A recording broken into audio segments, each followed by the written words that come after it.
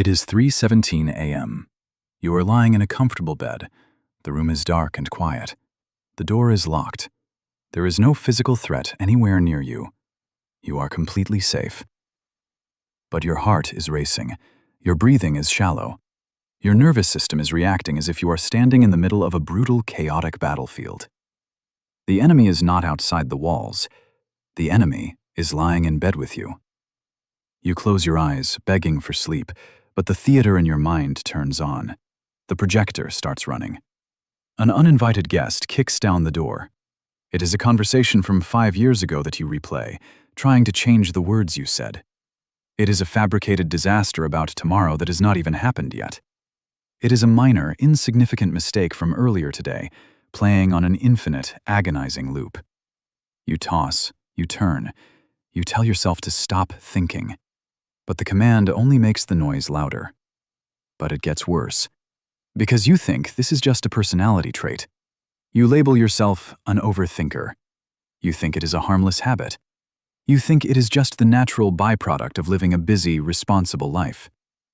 Look closer. This is not a habit. This is your greatest evolutionary advantage being weaponized against you. Human beings were given the profound gift of imagination. It is the ability to simulate the future, to learn from the past, to build cities in the mind before they exist in the physical world. But your imagination has slipped its leash. It is no longer serving you. It is hunting you. You are taking the raw creative power of your own mind and using it to torture yourself. You are forcing your body to experience the stress, the cortisol, and the sheer panic of 100 different tragedies that do not exist anywhere except behind your eyelids. You are bleeding for ghosts. Be honest with yourself. How many hours of your life have you lost fighting phantom enemies? How many days have been completely ruined by the anticipation of a crisis that never actually arrived? You are exhausted, not from the physical labor of living, but from the relentless, crushing weight of predicting. You are trying to control the uncontrollable by thinking about it from every conceivable angle. You believe that if you just worry enough, you can solve the future. You believe your anxiety is a shield. This is a massive miscalculation. Worrying does not empty tomorrow of its sorrow. It only empties today of its strength. Your overthinking is not preparing you for the storm. It is making you entirely too weak to fight it when the wind actually arrives. 2,000 years ago, the greatest minds of the ancient world identified this exact sickness. Long before modern psychology named it generalized anxiety, the Stoics understood the fatal flaw of the human mind. There was a man named Seneca. He was a philosopher, an advisor to emperors, and a man intimately acquainted with danger, exile, and the threat of execution. He did not live a safe, quiet life. He had every real reason to lie awake at night in absolute terror. But Seneca observed the people around him and wrote a truth that cuts through centuries of human self-sabotage. He wrote, "We suffer more often in imagination than in reality." Let that sink in. We suffer more often in imagination than in reality. Think about the worst things that have ever actually happened to you. The real tragedies, the real losses. When they happened, you did not have time to overthink. Your body took over. You survived. You did exactly what needed to be done in the present moment. Now, think about the thousands of nights you spent agonizing over things that never materialized. The phantom rejections, the imaginary financial ruins, the fabricated arguments with people you love. You have survived 1,000 wars, but 99% of them were entirely fictional. The ancients knew that the mind is a terrible master, but an excellent servant. When you leave the mind unattended, it defaults to chaos. It defaults to fear. It will actively look for threats to keep you alive, and if it cannot find a real threat, it will invent one. At the height of the Roman Empire, the most powerful man on earth faced this exact battle. Marcus Aurelius commanded legions, he ruled millions, he faced plagues, betrayals, and endless wars on the frozen frontier. The weight of the known world was literally resting on his shoulders. If anyone had the right to be paralyzed by overthinking, it was him. But Marcus Aurelius did not let his mind become a war zone. Instead, he built something impenetrable. A psychological architecture so profound that it remains the ultimate cure for the restless modern mind. He called it the Inner Citadel. Imagine your mind as a massive stone fortress, high walls, iron gates, a throne room at the absolute center. In a sovereign mind, you sit on the throne. You are the king. You control the drawbridge. You decide exactly who enters and who is turned away. But look at your fortress right now. You have left the drawbridge down. The gates are completely unguarded. Every stray thought, every minor criticism, every irrational fear marches right over the moat, walks directly into your throne room, and sits in your chair. You have abandoned your post. You are a king who has allowed a mob of ghosts to take over his castle. When a negative thought approaches, you do not question its authority. You do not demand to see its passport. You simply step aside and let it completely consume your attention. You invite the enemy in, pour them a drink, and ask them to tell you exactly how they plan to destroy your life. This is why you are so tired. You are running a hotel for your own demons. But the shift happens here. You cannot stop the enemy from approaching the gates. You cannot stop the world from producing chaos, uncertainty, and potential threats. The thoughts will always come. The anxieties will always knock, but you do not have to open the door. The Stoics practiced a rigorous discipline to handle this exact problem. They called it the separation of impressions. They understood that when a thought knocks on the gate of the citadel, you do not have to immediately believe it. You have the right to interrogate it. Right now, when a fear enters your mind, you merge with it. You assume that because you feel a sudden spike of panic, the panic must be based on reality. You feel like you are failing, so you conclude that you are a failure. You imagine a disaster, and your body reacts as if the disaster is already happening in the room. But a thought is not a fact. A thought is just a piece of data. A thought is just a proposal. And this raises a question that philosophers have argued about for centuries. How do you separate yourself from the noise in your own head? You must learn to strip the judgment away from the event. Epictetus, another titan of Stoic philosophy, was born in chains. He was a slave. He owned absolutely nothing, not even his own body. His master violently broke his leg, leaving him crippled for the rest of his life. If anyone had a legitimate reason to let his mind descend into a dark, chaotic war zone of bitterness and anxiety, it was him. But Epictetus discovered the ultimate defensive weapon. He realized that the master could break his leg, but the master could not touch his mind. He wrote a truth that will change your life if you actually apply it.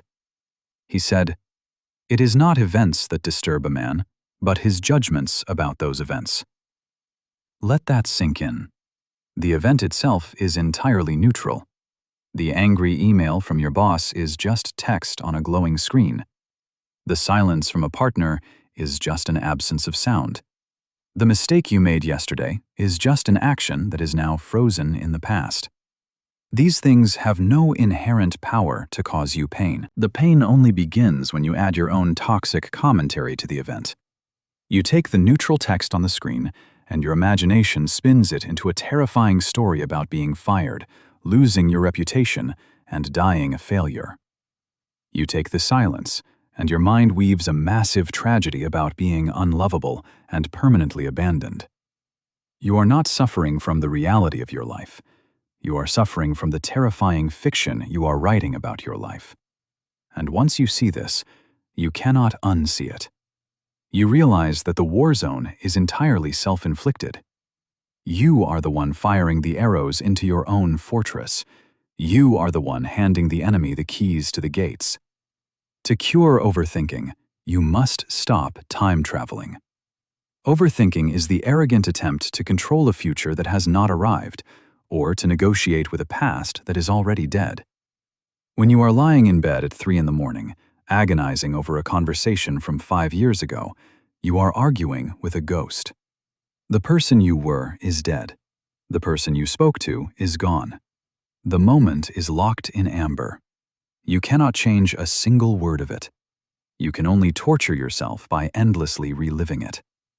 When you paralyze yourself with anxiety about tomorrow, you are trying to fight a war on a battlefield that does not exist yet. You are burning the precious energy you need for today to fight the phantom enemies of tomorrow. Seneca warned us about this very human trap. He said that a man who suffers before it is necessary suffers more than is necessary. You must pull your entire consciousness back into the present moment. The citadel only exists right now. It does not exist in the past, and it does not exist in the future. When the noise begins to rise, you must anchor yourself to the physical reality of the present fraction of a second. Feel the sheets. Hear the absolute stillness of the room. Recognize that in this exact moment, you are completely fine. The threat is not here. The threat is a projection. You are the king of the citadel, but you have been acting like a peasant terrified of shadows. This is where most people quit. They hear the philosophy, they nod their heads, but they refuse to do the actual work. Don't. You must actively reclaim your throne. You must start policing the gates of your mind with absolute, uncompromising ruthlessness. You do not negotiate with irrational fears. You do not entertain toxic, fabricated scenarios. When the uninvited guest knocks, you do not let the drawbridge down. You ask one simple, brutal question. Is this thought useful, or is it just noise? If it is a problem you can actually solve right now, you get up and solve it. If it is a ghost from the past or a phantom from the future, you deny it entry. You leave the gates closed. You let the thought stand outside the thick stone walls and scream until it gets tired and walks away. Between the event and your reaction, there is a space. And in that quiet space lies your entire power as a human being. Now pay attention. This is the part that matters. We are going to forge the weapon you need to win this war. Did a humiliating memory from 5 years ago just try to kick the door open? Good. You just realized you are no longer that man. Close the door. Did your mind just invent a terrifying, catastrophic scenario for tomorrow? Good. You just identified a piece of fiction. Deny it entry. Do you feel a sudden, violent surge of panic in your chest? Good. Feel the adrenaline burn. Watch it fade, and return to the absolute silence of the room. Are the thoughts screaming at the gates, demanding your attention? Good. Let them scream.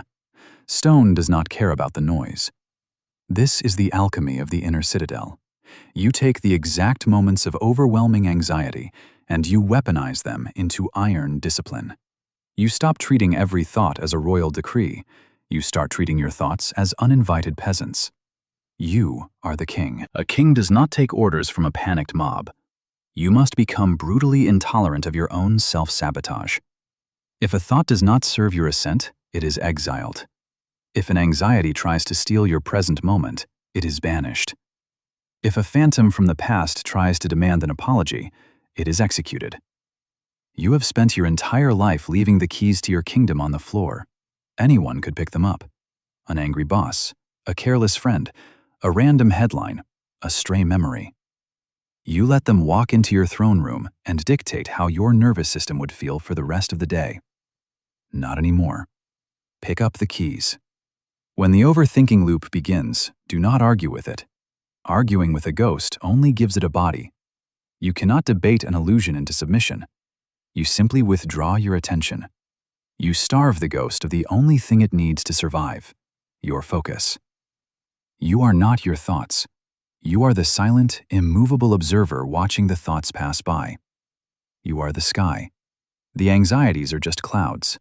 They can be dark, they can be violent, they can block out the sun for a moment, but they cannot damage the sky. And they always, eventually, blow away. To be sovereign means you dictate the terms of your own mind. You do not control the economy. You do not control the opinions of strangers. You do not control the chaos of the external world. The storms will always rage outside, but you control the drawbridge. So tonight, when it is 3:17 a.m., when the room is dark and your body is exhausted, and the familiar whisper starts to rise from the dark corners of the room. Do not panic. Do not let your heart race. Do not prepare for a battle. Look at the thought. Recognize it for exactly what it is: a phantom, an illusion, a harmless projection of a tired mind. And then, gently, firmly, give the command. Pull the drawbridge up. Lock the heavy iron doors. Drop the steel grate. Let the ghosts howl outside the walls. Let the imaginary wars rage in the dark forest of the future. Let the dead past bury its dead. They cannot touch you. They cannot cross the moat. You are safe inside the stone. Sleep well. The war is over. Walk alone, and walk like a king.